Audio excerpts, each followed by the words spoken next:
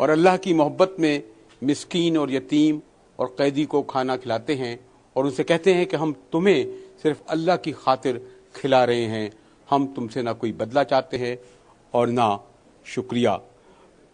یقیناً یہ آیت بہت کچھ کہہ رہی ہے، لیکن اس پر شاید عمل ہم لوگ اس طرح نہ کرتے ہوں۔ اسلام آباد سے ہوتا ہوا اٹک پہنچا ہوں اور اٹک میں آ کر آغوش میں ہوں، یعنی وہ ادارہ جو ان بچوں کو جن کے سروں پہ ہاتھ نہیں ہوتے انہیں اپنی آغوش میں لیتا ہے، تعلیم دیتا ہے، تربیت دیتا ہے، زندگی کی دوڑ میں آگے بڑھاتا ہے۔ ڈاکٹر حفیظ صاحب سے ملاقات کراچی میں بھی ہوئی ہے، اس ادارے کے لیے ایک عرصے سے کام کر رہے ہیں، پھر اس ادارے کو ایک دہائی ہونے کو آ رہی ہے۔ خاص طور پر جو زلزلہ آیا خاصے بڑے پیمانے پر چاروں اطراف کے لوگ آئے۔ ایک تو ڈاکٹر صاحب بڑا خوبصورت سڑکیں وڑکیں میں دیکھ کے خوشی ہو رہی تھی بڑا۔ جی الحمدللہ، ہم نے تو کوشش کی ہے کہ جس طرح ہمارے بچے رہتے ہیں بلکہ اس سے بہتر انداز میں یہاں بچے رہ سکیں، تو ان کی رہنے کی جگہ ہے، ان کے لیے میس ہے، ان کے لیے لائبریری ہے، ان کے لیے کمپیوٹر لیب ہے، ان کے لیے لانس ہیں، ان کے لیے پلے گراؤنڈز ہیں۔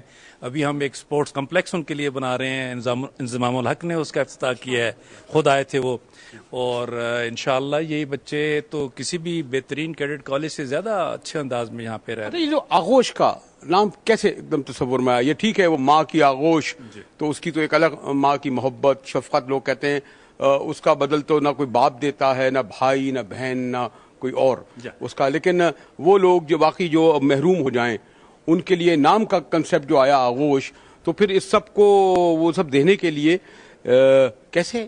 اصل میں ہم چاہتے تھے کہ یتیم کا سٹگما جو ہمارے معاشرے میں انفارچونیٹلی ہے تو اس کو ہٹایا جائے، اور کوئی ایسا نام دیا جائے جو ایکسیپٹیبل ہو اور بچے اس میں کوئی ایسی چیز محسوس نہ کریں۔ تو آغوش کے اندر ایک ایسی آغوشیت ہے، ایک ایسا اس میں پیار اور محبت ہے کہ یہ پھر ہمیں پسند آیا اور ہم نے ایک زمانے میں بڑا بڑا لکھا ہوتا تھا، ہم دیکھتے تھے چھوٹے بڑے شہروں میں یتیم خانہ، اور وہ بیچارہ وہ پہلے ہی بچہ جب داخل ہوتا تھا اور اس کو اب دیکھیں، یہ جو میں ڈاکٹر صاحب کے ساتھ داخل ہوا ہوں، مختلف شعبہ جات میں جاؤں گا اور ذرا دیکھیں کیمرے کی آنکھ یہاں سے وہاں تک جہاں جہاں آپ کو دکھائے گی وہاں آپ یہ دیکھیں گے کہ یہ بچے کس طرح درس حاصل کر رہے ہیں، کس طرح قرآن شریف پڑھ رہے ہیں، ان کے رہنے کی جگہ کیسی ہے، یہ کھانا کہاں کھا رہے ہیں، اس کا ٹوائلٹ آپ دیکھیں گے، تفصیل سے گفتگو بھی کریں گے کہ یہ سب کے لیے کیا کریں۔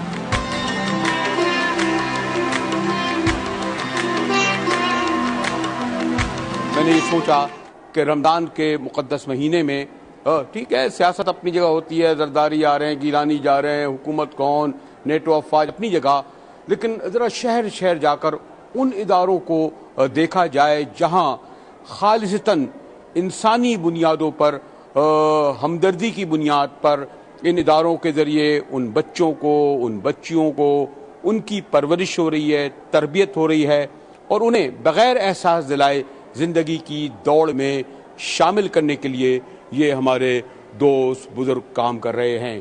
تو ذرا پہلے انہی سے پوچھیں گے شبیر صاحب، ایک تو میں نے پہلے ہی کہا کہ بڑا اچھا شہر لگا، تو یہ کیا، یہ جو ایک اس آغوش کا کیا کنسیپٹ، نام تو بڑا اچھا ہے۔ ہاں جی، دیکھیے جس طرح نام سے ہی ظاہر ہے کہ جی آغوش لیپ آف مدر ہے، ماں کی گود ہے قسم کی، تو اس کا بیسک کنسیپٹ یہی تھا کہ وہ بچے کہ جو کہ اپنے والدین کی سرپرستی اور شفقت سے محروم ہو گئے ہیں انہیں ہم اپنی آغوش میں لے لیں اور ان کو وہی محبت اور وہ شفقت ان کو فراہم کر دی جائے تاکہ وہ اس ملک کے مفید شہری بن سکیں، احساس محرومی میں اور کی دلدل میں پھنستے ہوئے اور پھر مختلف خرابیوں کا شکار ہوتے ہوئے وہ تخریبی ذہن کے بجائے ایک ان کو میری ذہن دے دیا جائے اور اس ملک کا ایک مفید شہری بنا دیا جائے۔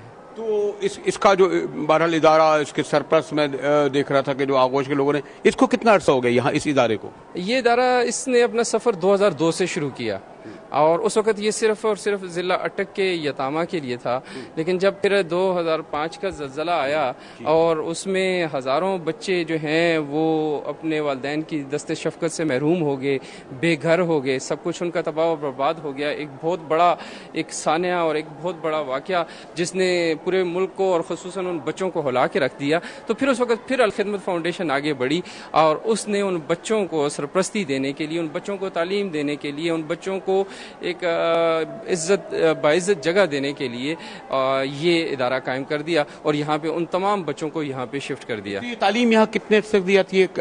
یہ میٹرک تک، نرسری سے لے کر میٹرک تک تعلیم کا سلسلہ ہوتا ہے یہاں پہ جی. اور ہاسٹل بھی؟ ہاں جی، یہ ہاسٹل، یہ بیسیکلی جہاں ہم کھڑے ہیں یہ ہاسٹل ہے. ہاں جی، اس طرح 2 بلاک ہیں اور پھر گراؤنڈ ہے اور گراؤنڈ کے پار ہی ہمارا ایجوکیشنل انسٹیٹیوشنز ہیں، 2 اسکول ہیں جن میں ہمارے بچے پڑھتے ہیں جی. تقریباً 250 آپ بچے کہہ رہے ہیں؟ ہاں جی، 200 اس وقت آج کی ہماری اسٹرینتھ جو ہے وہ 220 ہے جی. دیکھیں جی، ایک نظر اس کینٹین کی طرف ڈالتے ہیں. اس کی صفائی ستھرائی ہمارے بیشتر بڑے شہروں کے یونیورسٹیوں اور کالجوں سے بہتر ہی ہوگی. اس طرف بھی آؤں گا، کھانا بھی کھاؤں گا، لیکن ذرا سے دیکھیے ایک اور میں آپ کو جھلک دکھا دوں کہ یہ جو ہاسٹل ہے یہاں پر جو بچوں کو رکھا جا رہا ہے، ذرا ان کے کمروں کو ایک نظر آپ دیکھیں، کیونکہ مجھے پاکستان سے باہر بھی جانے کا اتفاق ہوا ہے اور وہاں بھی میں نے دیکھا ہے. دیکھیں آپ کس آرگنائز منظم طریقے سے ان رکھو گیا. کیسے نظر رکھ پاتے ہوں گے؟ جیسے 2 4 6 8 بچے ہیں، لڑتے جھگڑتے بھی ہوں گے اور یہ بھی ہے کہ شہر میں باہر نکلتے ہیں تو آپ کو علم ہے کہ کوئی بھی شہر ہمارے یہاں پاک صاف نہیں. یہ کس طرح خیال رکھا جاتا ہے؟ اصل میں یہ تو اگر انسانی فطرت ہے کہ ہر گھر میں اگر 2 ایک سے زیادہ بچے ہوں تو وہ بھی آپس میں لڑتے رہتے ہیں، تو یہ بھی ان کا ایک اپنا گھر ہے، تو تھوڑی بہت ان کی لڑائی بھی ہوتی رہتی ہے. لیکن اس طرح کی لڑائی الحمدللہ ابھی تک ہم نے کوئی محسوس نہیں کی ہے، نہ کوئی ایسی برائی ہم نے ان بچوں میں محسوس کی ہے. اور ہماری کوشش یہ ہوتی ہے کہ ان کو بالکل والدین کی طرح تربیت دی جائے، ان کے اخلاق سنوارے جائیں اور ان کو ایک اچھا شہری بنایا جائے. لیکن بہت ٹائٹ تو نہیں ہوتا؟ کیونکہ گھر میں تو یہ ہے نا کہ ماں باپ نہیں جی ہم ذرا گھومنے پھرنے جا رہے ہیں، نہیں جی ہم اس وقت نہیں پڑھیں گے، اور نہیں اس وقت ہم نہیں سوئیں گے. تو یہاں بچوں کو یہ تو احساس نہیں ہوتا کہ نہیں، کیونکہ ایک آپ نے یہ سب کچھ دیا ہے تو بہت ہی کوئی کڑا ڈسپلن. ایک زمانے میں ہمارے مدرسوں میں بڑا مشہور تھا نا کہ جی بڑا ہاتھ بیت سے جب نہیں پڑھتے تھے. کیا اس کا خیال رکھتے ہیں؟ یہاں تو بالکل اس چیز کا تو ہم خیال رکھتے ہیں. ہم نے پورا ایک پروٹوکول بورڈ بنایا ہوا ہے، کمرے میں ایک ذمہ دار ہے بچہ، اس طرح پورے ہاسٹل کا ایک ذمہ دار ہے. اس طرح ہر ہاؤس بنائے گئے ہیں، 4 ہاؤسز ہیں اور 4 ہاؤسز کے بھی اپنے اپنے ذمہ دار ہیں. تو وہ ذمہ دار جو ہیں ان کی اجازت سے وہ سارے کھیل بھی کرتے ہیں، ان کے سپورٹس کے باقی ایکٹیویٹیز کے ذمہ دار ہیں. ان کی اجازت سے وہ سارا کرتے ہیں، وہاں پر باہر گراؤنڈ میں جاتے ہیں اور اجازت سے شہر تک بھی جاتے ہیں جو ضرورت کے مطابق ان کے جاتے رہتے ہیں. کیا یہ کہیں بھی آوازیں آ رہی ہیں پڑھنے کی؟ اس طرف چلیں تاکہ ان بچوں سے معلوم کیا جائے.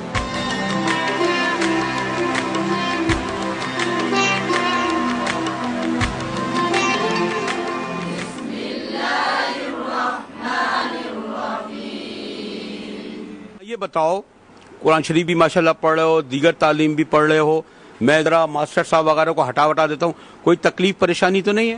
نہیں، کچھ نہیں ہے. نہیں. کھانے وانے کو ٹھیک ملتا ہے؟ جی. پڑھائی وڑھائی ملتی ہے؟ کھیلنے ویلنے کو تو نہیں کہتے نہیں فٹ بال نہیں؟ کیا کھیل کھیلتے ہو؟ کرکٹ کھیلتے ہو جی. تو کرکٹ میں کیا بنو گے شاہد افریدی؟